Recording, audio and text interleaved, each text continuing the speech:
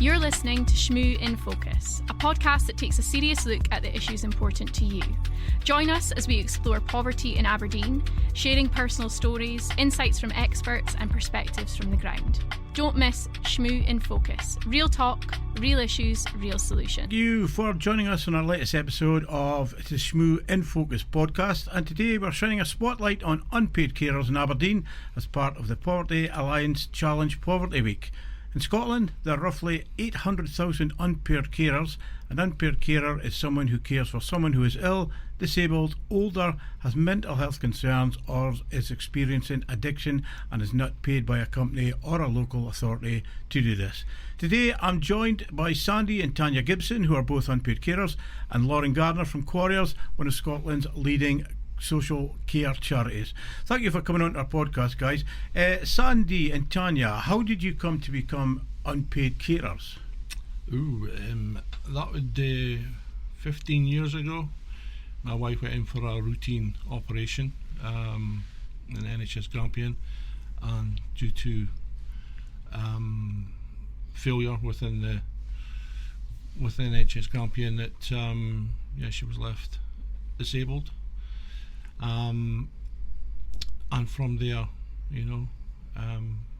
we were given a choice. Well, we were given pretty well choices of trying to get someone in to care for her, which is an absolute expense in itself, or to jack in my job and care for her myself.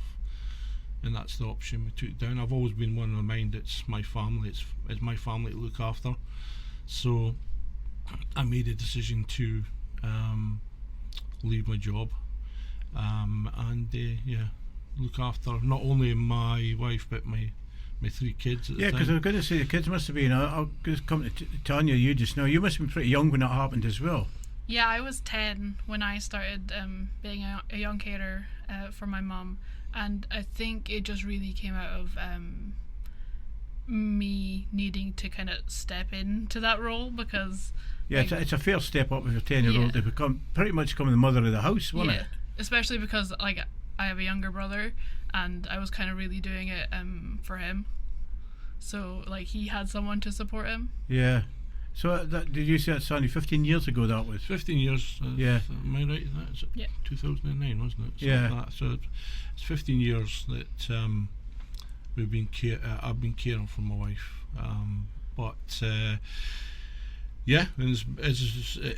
Every year brings us a different struggle. Well, I was just going to ask about the experiences that you've had over there. It must have been a range of experiences you've had over the time.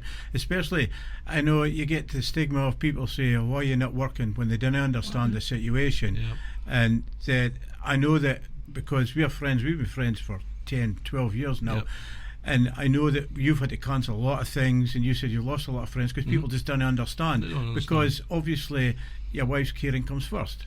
Definitely, and because of my wife's needs, it's I can cancel in the last minute, which has made me think of things like, especially if you're going to things like weddings and stuff like that, because you cancelling on something like that is actually costing money to the person. Is actually, they are not one for that.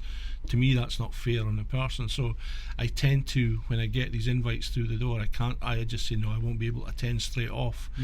And then you get the stigma of never wanting to be able to. I mean, you've been the end of it. I've had to cancel on you last minute a lot of times, and it just depends on how my wife feels at the time. Well, it's understandable though, because I mean, anything like that can happen, and you must have felt the same. It's when you was going to school and being tired going to school, coming home, and then caring for your mum as well. That, as I said, it's a big pressure put on a family.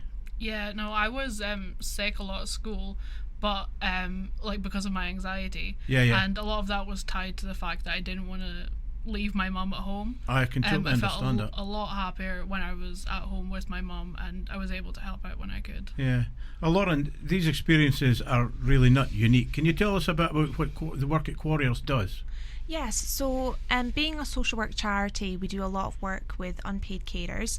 We're the leading one in Scotland at the moment. So yeah, we work with carers in various different ways, and we can be there for obviously emotional support, but we also work for advocacy for the unpaid carer. I myself work with the funding that we can give carers.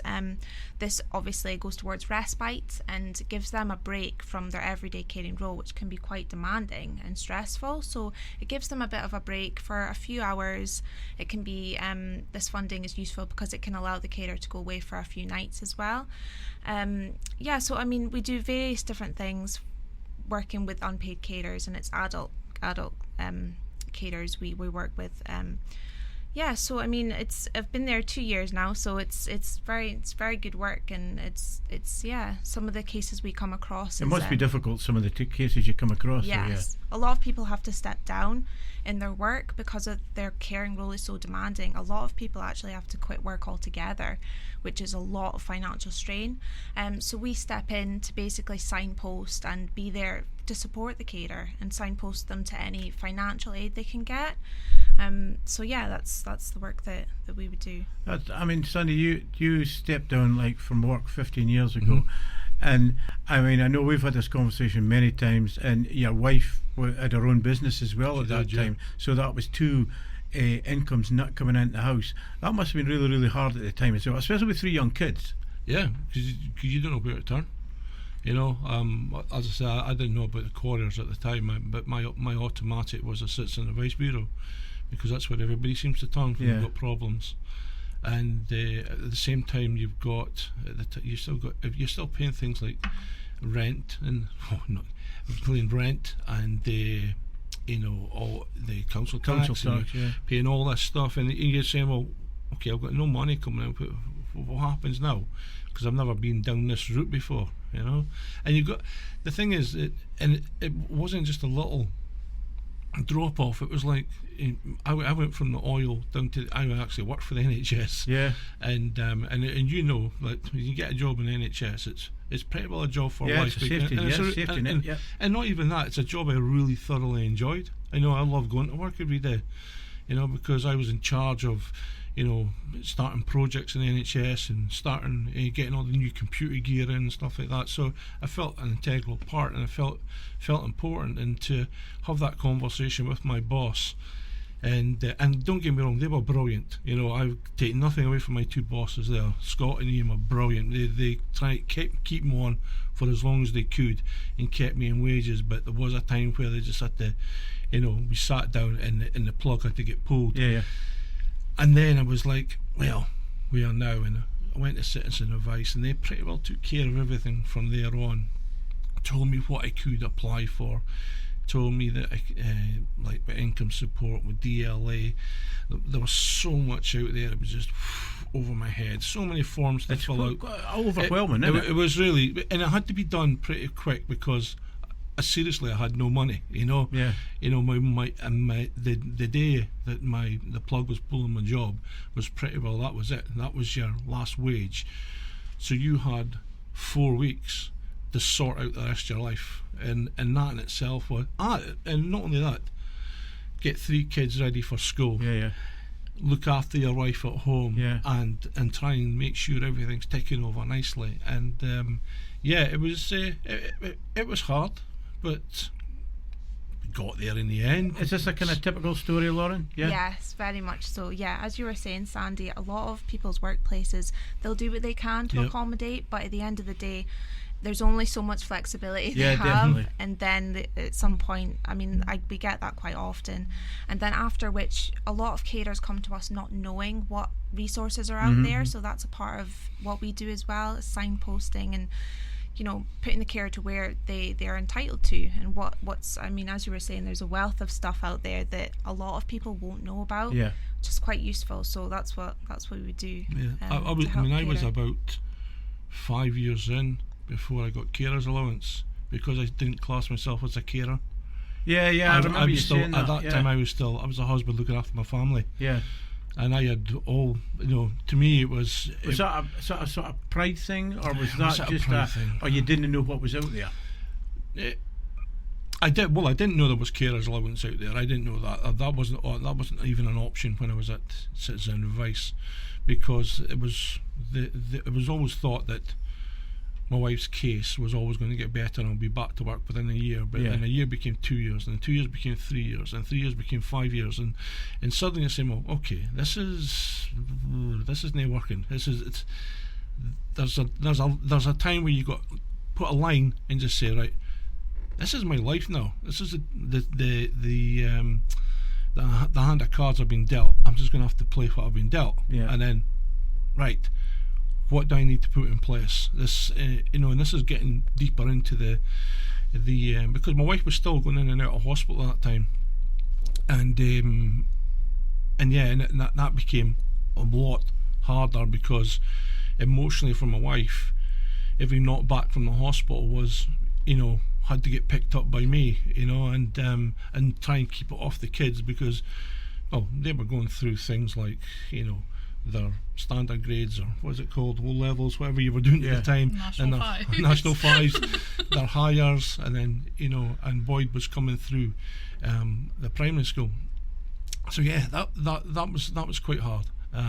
But actually sitting down and saying, okay, maybe I am a carer. Maybe this is what's going to happen, and that in itself comes with its own problems, especially in family dynamics, because the whole family dynamic changes. You're no longer husband and wife. Well, I was just going to say that about Tanya. And Tanya had to grow up really, really quickly. Very quickly. And the funny thing is, taking over her mother. We were just talking about this the other day. I didn't even realise she was caring for her mum. Mm-hmm. It was an automatic thing where I was trying to keep everything was sort of put into place to make it not as hard for Boyd because he was the youngest. Yeah, absolutely. So things like, remember, we used to go and watch Aberdeen at the weekend. Yeah. Well, when I was with Boyd watching Aberdeen at the weekend, who was looking after Michelle? Exactly. Tanya. And even taking the boys to go and play football at the weekend. I think I was still coaching at the time. So, and that was a Sunday. So while I was there with the boys coaching, who was that was Tanya's Saturday and Sunday taken up. She was a very skilled, very good dancer when she was 10 years old. She was the face of dance centre, one of the biggest schools. And a good artist as well. Oh, good artist. But that was one of the first things that went, was Tanya's dance, because it was the most expensive. It was the biggest expense we had on our bill. And to this day, I still regret it. Yeah. Oh, it's one of my regrets I'll always have. Yeah. Because I feel I snuffled her there and then, But at the time, I had to make decisions, really hard decisions. Yeah. And that was just one of them that I wish that I didn't have to make. Yeah, you're listening to Shmoo. We are Poverty Alliance Challenge Poverty Week. This is Shmoo in Focus. We'll be back right after this with more chat from Tanya and Sandy and Lauren. You're listening to Shmoo in Focus, brought to you by Station House Media Unit. Established in 2003 as a charity, Shmoo is a cornerstone of culture in North East Scotland. We empower the voices of Aberdeen's priority areas through radio, video, music and digital media. From employability training to adult services, we're committed to uplifting communities. Stay with us for more stories that matter. And we're back. This is the Shmoo in Focus podcast. We're looking at unpaid carers. I've got Sandy and Tanya here, who are both unpaid carers, and I've also got Lauren from Quarriers, which help with unpaid carers. Lauren, do you think that there's a lot of people out there that don't know what is available to them, and that's why because is it a stigma of not wanting to ask because people think you're a failure or something like that? I don't know. It can be. It depends on the individual, but a lot of the times it can be just not knowing. They get so caught up in what's going on that it kind of spirals. Yeah. And then they usually come across us because they've been referred by another place, usually the NHS or something like that, or they would be referred to by a third party basically, and that's how they come across us. Not a lot of people are aware of Quarriers. But I do come across that quite a lot of just it can be a pride thing a little bit with some, but usually people just aren't aware of the things available. Would it be a pride thing with you, Sandy, to start off with? It probably would have been. Yeah. But also the lack of, well, as I said, I mean, I didn't even take myself as being a carer. You know, I've just been a husband looking after my family, making sure we can keep the heads above water. But a lot of sort of unpaid carers end up experiencing poverty. What do you think is the factors contributing to that then? Well, the sudden change from having money to not having money, because the things that take away the rent and stuff like that. People put their life on loans. They've got credit cards. And then when your kids get older, you've got student loans and all that stuff as well. And not even that, Dave. You've got things like every year you've got birthdays, you've got Christmases.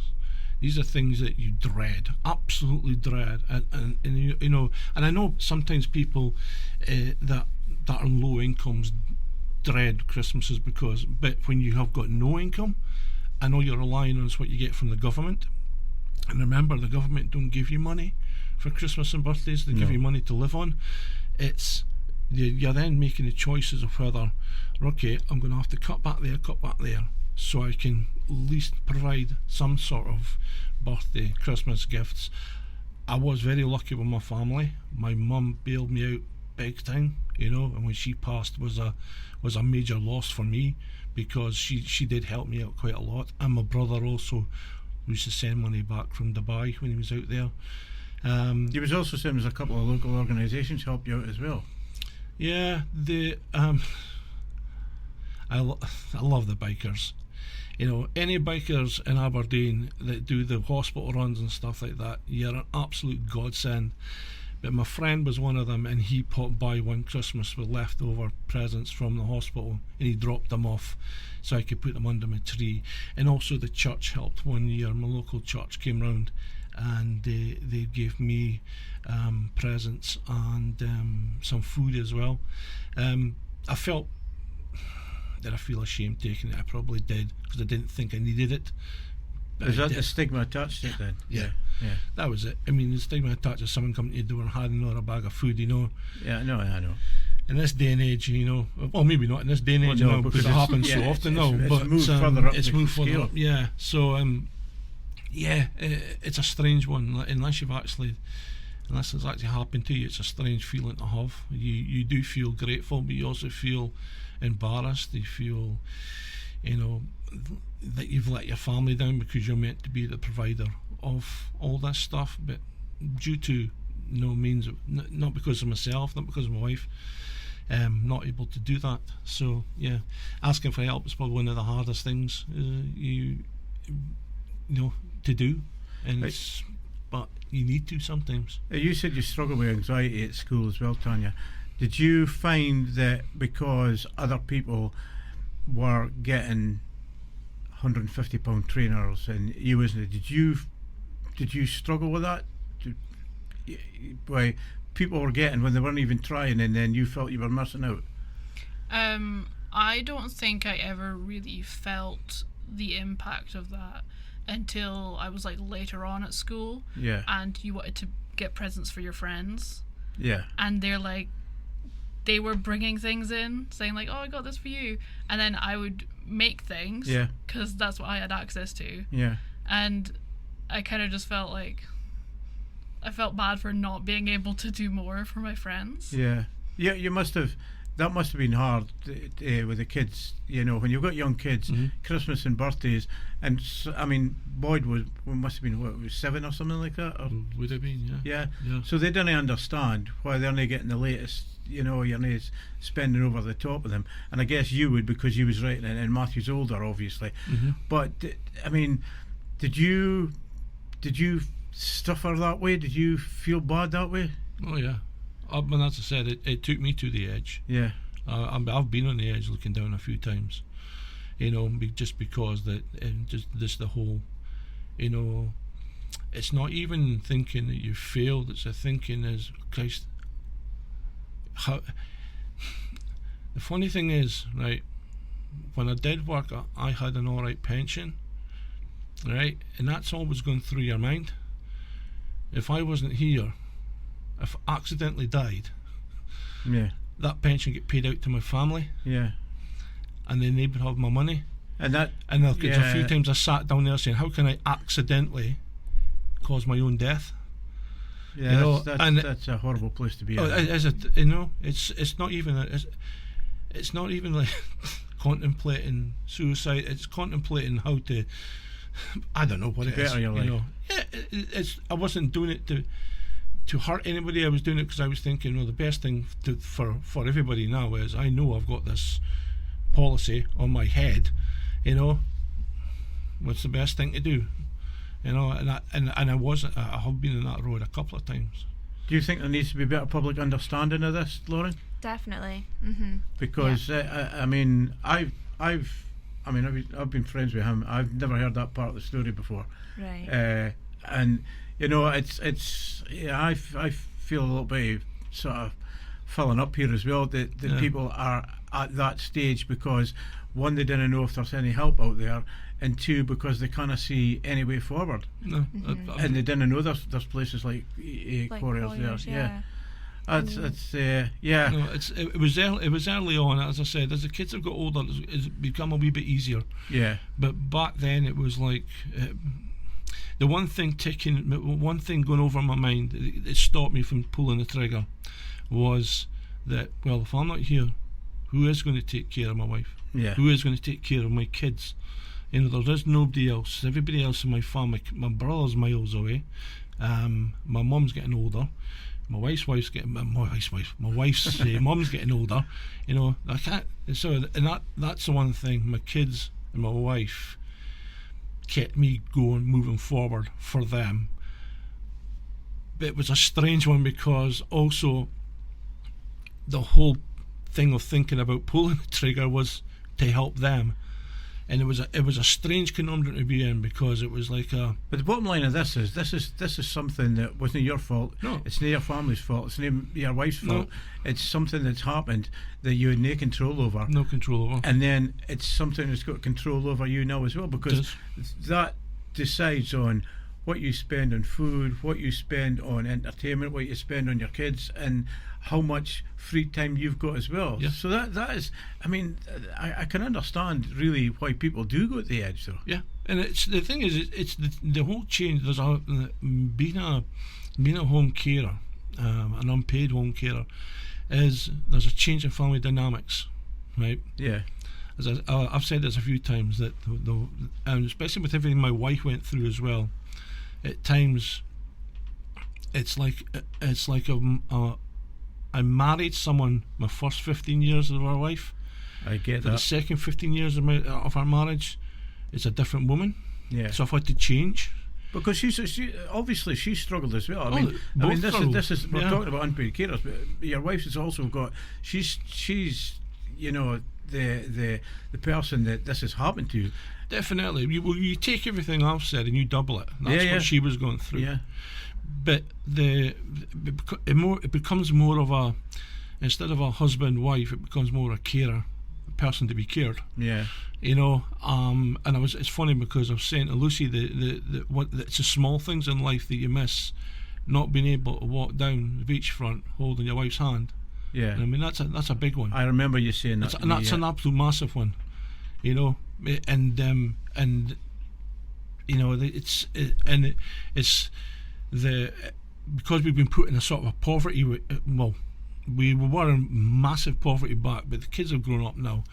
But me, if any of my kids decide to go and get married, we haven't got the money to go and put money towards a wedding. Yeah. We will never own our own house.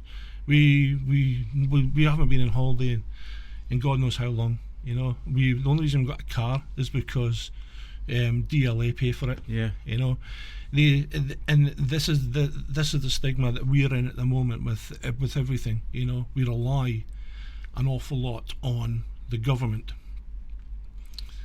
and I don't think they should pay for me. You know, and that's my big battle. Mm-hmm. You know, I think the people who caused this should be paying for us. Yeah, I agree with you. You know, but that's Scottish law took care of all that. Yeah. You know, it doesn't allow you to do certain things. But that's a different story. But I did, as a carer, I got carer's allowance now, which is not a lot. It's £81 a week, which comes off my universal credit. so I'm not making it a week. So it's like every penny you make comes off of your lump sum of universal credit. But we're still in we're on the borderline of being poverty. We're not poverty, but we're not in any way means safe. No. You know, but I mean, you're one step away from something going wrong, something breaking down. Definitely, you know, that's the washing machine breaks down, the TV breaks down, something like that. Oh, then it's still there. Yeah, you know, we've still got our dishwasher broke down. It's still sitting there. That's because you never fixed it. Yeah, because I don't have that brains. Right, we'll take another break here, and we'll be back right after this with the final questions to Sandy, Tanya, and Lauren. You're listening to Shmu in Focus, brought to you by Station House Media Unit. Established in 2003 as a charity, Shmu is a cornerstone of culture in North East Scotland. We empower the voices of Aberdeen's priority areas through radio, video, music and digital media. From employability training to adult services, we're committed to uplifting communities. Stay with us for more stories that matter. Welcome back to Shmu in Focus. We are talking about unpaid carers here on this particular podcast. Lauren, what do you think could be done to create meaningful change? Are you hopeful we might get there? Yes, I mean, as long as we keep obviously showcasing the fact that there is quarriers out there, there is hope, there's light at the end of the tunnel. Yeah. As Sandy was saying before, caring can take you to some pretty dark places. Yeah, definitely. Yeah. And that's part of what we provide is support and obviously an ear at the other end of the phone for people like Sandy in that situation who are struggling. A lot of the carers that we have do go through a lot of like mental health, and obviously that can be affected by their caring role. But as long as they've got another, an ear on the other end of the phone, I think it does help. It helps them a great deal, and we get a lot of feedback saying that obviously they're just grateful that there's someone there. I think if we just keep showcasing the fact that there is help and things that these carers are entitled to, I think that we will get there. Mm-hmm. Yeah, I think that's one of the problems is that people don't know the help that's out there, and they think there's nothing more that can be done. Because I was going to say to you, Sandy, as well, just going to touch quickly because I know you says you think you're spoken enough, but it's interesting that you've been talking for a while about going back to work. Do you think there would be a stigma that people will look in your resume and say, well, wait a minute, here's this, you've been 15 years out of work, and then for you to explain that again, that's going through the thing twice, isn't it? Yeah, there's definitely I can't ever see me ever going back into the job I left. I was in IT. You can't step away from IT for 15 years and walk back in. It just doesn't work. No. Technology changes too quick. But the stigma will be 1, 15 years out of job. 2, if we take him back on, how long is it going to be before his wife's ill again? And or retrain, or wife ill and he's going to have to leave again. Or you're going to have to be constantly paying sick pay for this guy while he's still having to look after his wife, So that's the problem of it. I have the conversation with the universal credit folk all the time, and they even talk about working from home, but it doesn't. It's caring's 24/7. You can turn around and say, yes, I can work an hour here, an hour there, but you can't really, because you haven't got that time to give. Really. No, that's right. That's right. I was going to say to you. I was going to ask Sandy, but I'll ask you, Tanya, because he's spoken enough. What would tangibly make a difference to your life?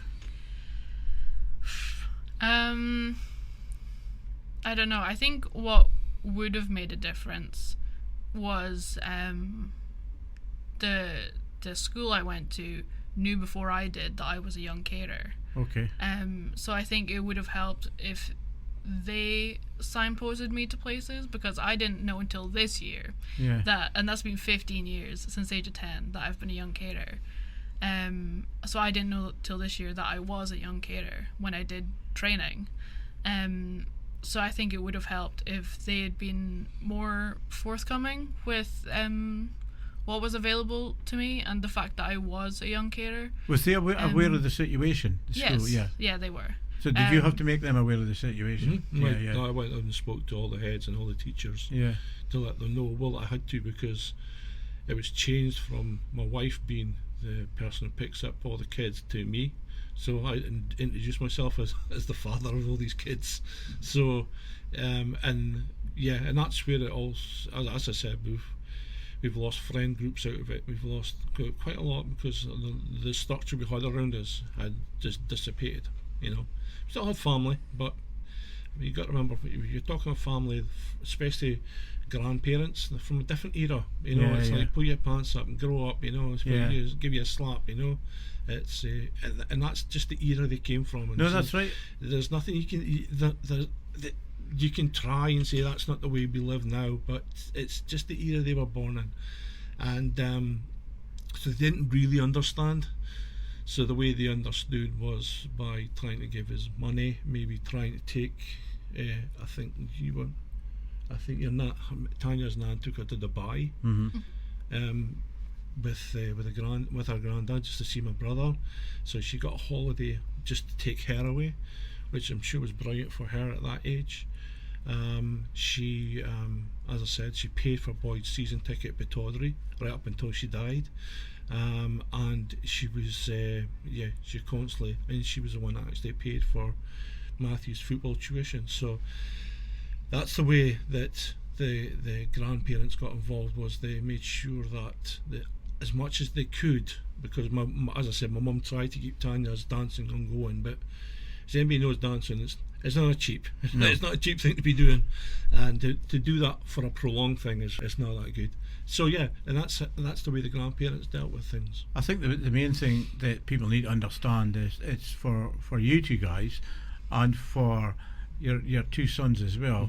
It's 24/7 for you guys, isn't it? Because you could be on call anytime. I mean, you could be into your work and you get a phone call, something's happened, and as you say, you've kind of got to put your life on hold a little bit as well. Well, so my life's run around as there's got to be someone at home all the time. So what needs to be done to get better public understanding then? What needs to be done? I think highlighting the place of the quarriers, that needs definitely to be highlighted. That's what happened, because everybody needs to know there's other people to go to rather than Cab. Yeah. And if places, possibly happens now, maybe Quarriers wasn't around 15 years ago, I don't know, but for places like Cab to say, or there is other places you can go to, that can help. Even as I was saying with the respite bit, I never knew that could happen. I could actually take a couple of days out, and just get a respite. I did have it.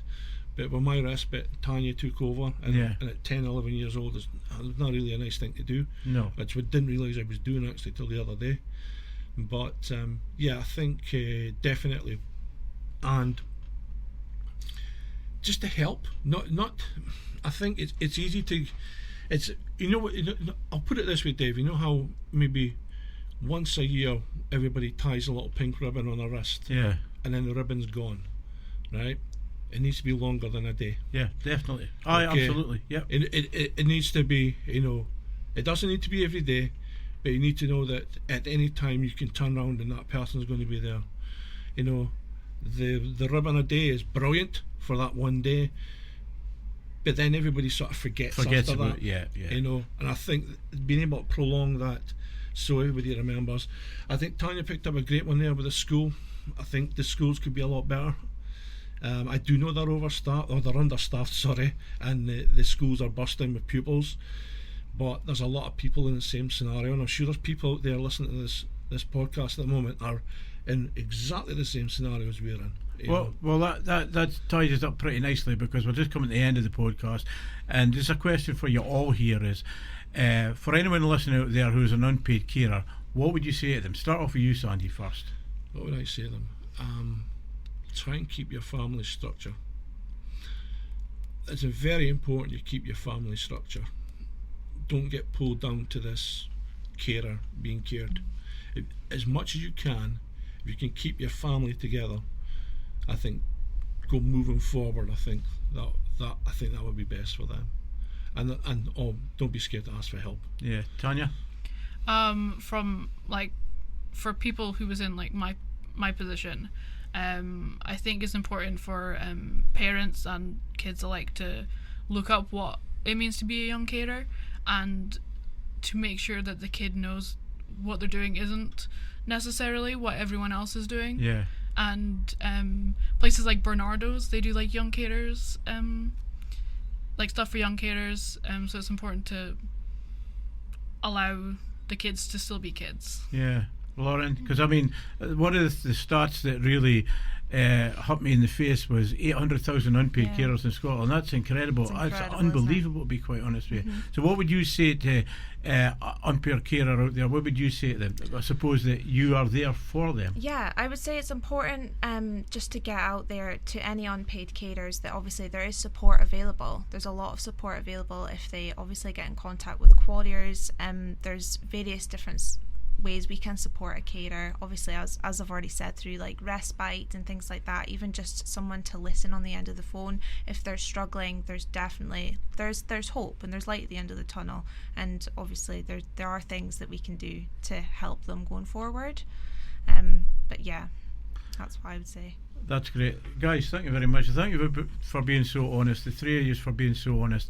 It's been actually opened my eyes as well.